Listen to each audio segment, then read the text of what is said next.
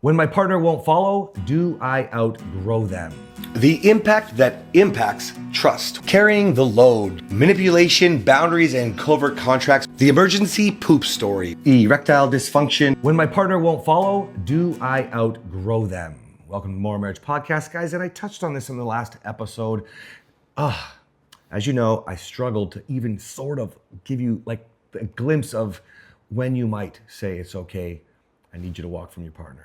And You're going to love something I have to say in this episode, though. Okay. All right. Do you want to go first? Yes, I do. Okay. You see how excited she got there? Yes, I do want to go first. Okay, Yeah. So this question came from a woman in my program. And she said, during the holidays, I've noticed myself going deeper into resentment and because my husband's behaviors are getting worse. He's drinking more. And she said when he falls asleep next to her in bed, she wants to throttle him. She wants to strangle him.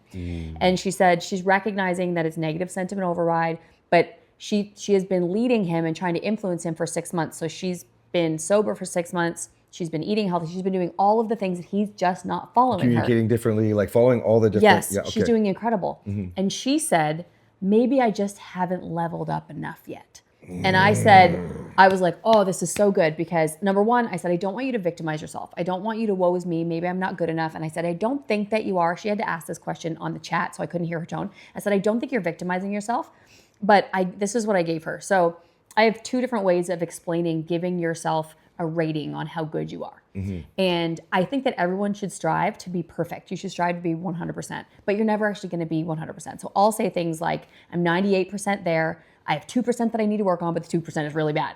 But I always want to be, I used to say 97%. And so I always want to get that 2% smaller. That's one sort of theory. The other one is, because you're always striving for perfection. On the flip side, the other thing is, and we learned this when we went to see Andy and Jacqueline Elliott, and I've said it on the podcast before, but a really cool way of thinking about your growth journey and how to level up is always give yourself a 10%. Always give yourself a 1 out of 10. The reason that you would give yourself a 10% instead of a 98% is because then you have so much more room to grow and you're acknowledging everything else you have to learn. Both really good ways of trying to identify where you are in your growth journey. But if you can say to yourself, I'm only a 1 out of 10, what else can I learn today? What am I not doing? If my husband's not following me, what am I doing wrong? And I said to her, because I said, what are the behaviors? And she said, well, spite, contempt, anger. And I said, well, I think if you know that when he drinks more or during the holidays, he's going to be presenting these, number one, you need to brace yourself. That means prepare yourself for what he's going to throw at you so that you can act in a way that you can be proud of and not react in a way that's going to put fuel on the fire.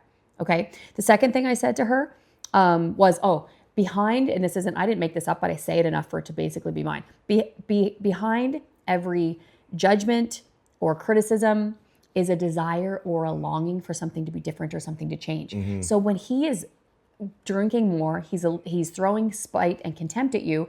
What is it that he wants? Because he's throwing contempt, which means he's probably presenting anger. But we all know anger isn't a primary emotion, it's a secondary emotion. So what is he actually feeling? Can you validate, go look past the spite for a minute. Can you validate, can you dissect, identify and validate is he feeling betrayed? Is he feeling loved less than the kids? Is he feeling ignored? What is he feeling? What is the feeling that's making him present in spite? Because if he's spiteful, that means that's a judgment or a criticism probably. And that means that there's a longing or a desire for something to be different. And you probably hold the power for that different thing, or he'd be throwing spite at someone else. So number one, brace yourself. Get armed with the tools that you know you need to have. And number two, try to figure out what feeling he's feeling so you can start validating him because he needs something from you. So wasn't that cool that she said, I'm feeling this, but maybe I just didn't level up enough yet. Yeah, I was just going to say, this is awesome. This is the mentality you have, because something else, Kathryn just talked about contempt. You have to understand something. Expectations are premeditated contempt. So if this person, this woman, was thinking about outgrowing her partner, meaning she's obviously doing more, okay? A lot more than this man is, okay? She's doing a lot of work. We will tell you if you're using the program well or not. So this woman's getting the credit when you're listening, okay? Now, with that kind of mentality there, with the resentment creeping in, so I said expectations are premeditated contempt. That starts with the spite she was talking about, with bitterness, with resentment, okay? And that's what leads to the contemptuous behavior, okay? If she starts to let that's why she's you're a smart woman. That's why she's talking about it and asking for help. Because the moment she loses the woman she's supposed to stand in, the woman she's supposed to be, she was created to be, i.e. thinking about strangling her husband in his sleep. she's no longer in chapter 2, she's in chapter 1. Mm-hmm. Her influence is moot. The 6 months, if she lets that behavior out, if she's reactive to him drinking and being a fucking prick, if she's not using all of those tools, she starts just down all the drinks, and she starts quitting the gym again, and she stops trying to get him to go on dates, and she stops, she's checking out, forcing the kids on him. I don't know, all the Or fucking she just shit. stops trying Right. to connect with him because it'll bleed out that she Yeah. wants to strangle him in his sleep. That you're feeling some sort of emotion, and he'll see it on your face. I think it's just so important to understand. You either have a viewpoint of what else can I learn, which is the question I believe you said she asked. Yes. Yes. Maybe I haven't leveled up enough yet, is There what we she go. said. Yeah. I mean, I was so proud to which hear to that. me is like, yeah, then what? Then what? Because we'll often say it's not the what, it's the who. Okay, like when you're around us, like the it's just completely different. Like we talk about this all the time for you guys. The podcast to a phone call to like in person, it's just a totally different experience. Okay, take that to you for a second, right? When you are the experience, pretend that you are the experience for your partner because you're the leader. The more times you create the opportunity, to connect, the more opportunities you create, the opposite, the more opportunities you create to connect, and in that strength. I mean, I remember myself, I got resentful too. I'd be like, you're just, like you only see me as the old guy, right? A line that I used in the beginning, which was way premature, was, I'll divorce you both, right? And Me and the old guy. me and the old guy, my old self, which was way premature when I busted that one out. Sorry. But you see, that's the exact opposite of what this woman is doing. So I didn't reach out to someone. I didn't say, what else am I missing? Is there a how? Who can I be around so that I actually figure out how to bridge the gaps? And if you don't, you'll constantly go back to victimizing yourself. Those cycles that you wanted to break, whether they're just your new ones that you have, you're not going to break them. You are continually going to put the wrong people in your life, and you're going to see your partner as the wrong. And in this case, this woman was like Kathryn and wanted to or thought about hurting him, right? I'm not saying she was going to. No, and that's Kathryn probably didn't why either, but that's probably why she said it. She's feeling comfortable because that's something that I have said. Yes. And obviously she's not going to do it. meaning, She's- if you haven't heard, Kathryn dreamt about smothering me with my pillow. I think there was 4 ways you thought about killing me. Yeah, daydreamed, fantasized about different ways to kill you. I remember it was at least 3. I just remember the pillow because we used that for the example for like ever. And then one day I was she like, I no, thought it's way about more. poisoning him, loosening his wheels on his truck, and he was like, whoa, you thought of a lot of Shit. things. I even asked God. I prayed for him to, seems crazy.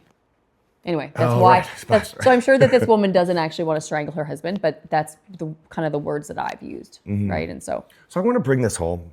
Like, you have to realize that, like I talked about at the very beginning, if we are always learning, we're always reading, we're always hiring coaches, we're always brainstorming with our coaches who are success stories from our programs. We're always talking about the 8,000 people we've helped in about 4 years, just about. Like, we're always interacting and coming up with solutions. There's a reason why we're innovating the field of therapy and counseling when we're not. There's a reason why Kathryn is getting a call from somebody whose therapist says, go talk to this woman. Okay, there's a reason why our business is just, we're scaling like crazy, hiring because we need to be there for you guys, right? And what is that for? What does that mean? The main reason is the need to grow, the need to disrupt divorce, the need to fill purpose, the need. Am I saying the need? no, I thought it was like the need. The need. The need. I don't know. But excuse me. So what I'm getting at is all of those things are why you see the authenticity when you're looking at content or when you're talking or when you're complaining, because Kathryn doesn't talk a lot, by the way. Whoever that was, me so excited for 4 in a row. If I didn't talked a offend them lot. too much. Yes. Yeah. But guys, when you have these needs, and it's because you start to identify who you really are. And part of who you really are is what Kathryn said on that episode long ago, that you're not outgrowing your partner. You're just not. You are one. When we talk about never, ever leaving each other. I mean, we have a cute thing that we do all the time. We'll add in something like forever or for eternity or because you be mine forever, you know? It's a lot more fun and just cute. But there'll be times like in the old days, I would say the same sort of thing, but it's not the same when you're like, I'll lock you in the basement, bitch. You know what I'm saying? I would say that to her. No, he told me you all the can't leave me. time. I'll lock you in the basement. I thought he might And I have. think I probably would have. I don't even know. I don't know. That guy was so... There are some things I know what my behaviors back then would have been. There's some things I didn't yet accomplish. Thank God. And thank you. Aw. Yeah.